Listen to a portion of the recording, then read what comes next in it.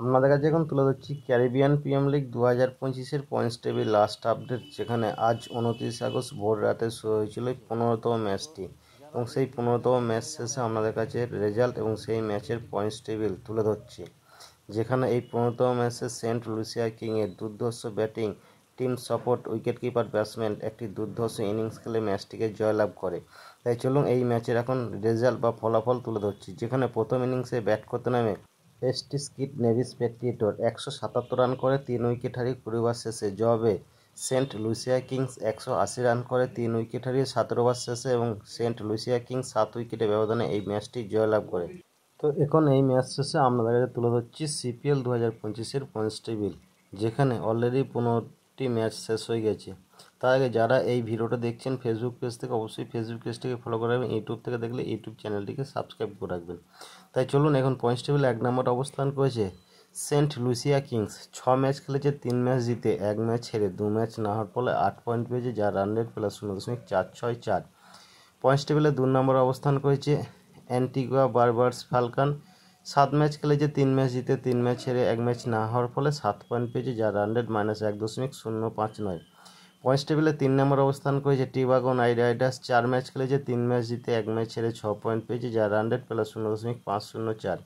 Points টেবিলে 4 নম্বর অবস্থান করেছে গায়না অ্যামাজন ওয়ারিয়র্স। 3 ম্যাচ খেলেছে, 2 ম্যাচ জিতে, 1 ম্যাচ হেরে, 4 পয়েন্ট পেয়েছে, যার রান রেট প্লাস 1.569। পয়েন্টস টেবিলে 5 নম্বর অবস্থান করেছে এসটি স্কিড নেভিস পেট্রিয়েটর। 7 ম্যাচ খেলেছে, 2 ম্যাচ জিতে, 5 ম্যাচ হেরে, 4 পয়েন্ট পেয়েছে, যার রান রেট -0.117।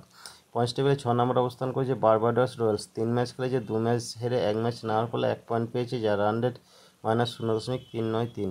তো বন্ধুরা, এই ছিল সিপিএল অর্থাৎ ক্যারিবিয়ান প্রিমিয়ার লিগ 2025-এর 29 আগস্টের 15তম ম্যাচ শেষে সেই ম্যাচের রেজাল্ট এবং সেই ম্যাচ শেষে পয়েন্টস টেবিল আপনাদের কাছে তুলে ধরলাম। তাই আপনাদের কাছে রিকোয়েস্ট করছি, ভিডিওটা ভালো লাগলে অবশ্যই একটা লাইক করবেন এবং তথ্য আর ইনফরমেশন দিয়ে ভিডিওটাকে বিচার করবেন, শব্দার সাউন্ড দিয়ে নয়। তাই চলুন এখন দেখে নেওয়া যাক পরবর্তী ম্যাচের সময়সূচি, অর্থাৎ 30শে আগস্টে যে ম্যাচটা হবে তার সময়সূচি।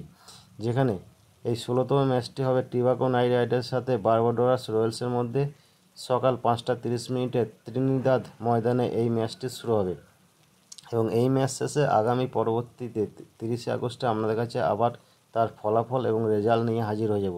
তাই ভিডিওটা ভালো লাগলে অবশ্যই একটা লাইক, শেয়ার, সাবস্ক্রাইব করে পাশে থাকবেন। দেখতে থাকুন এই সমস্ত আপডেট পেতে চ্যানেলের সাথে জুড়ে থাকুন।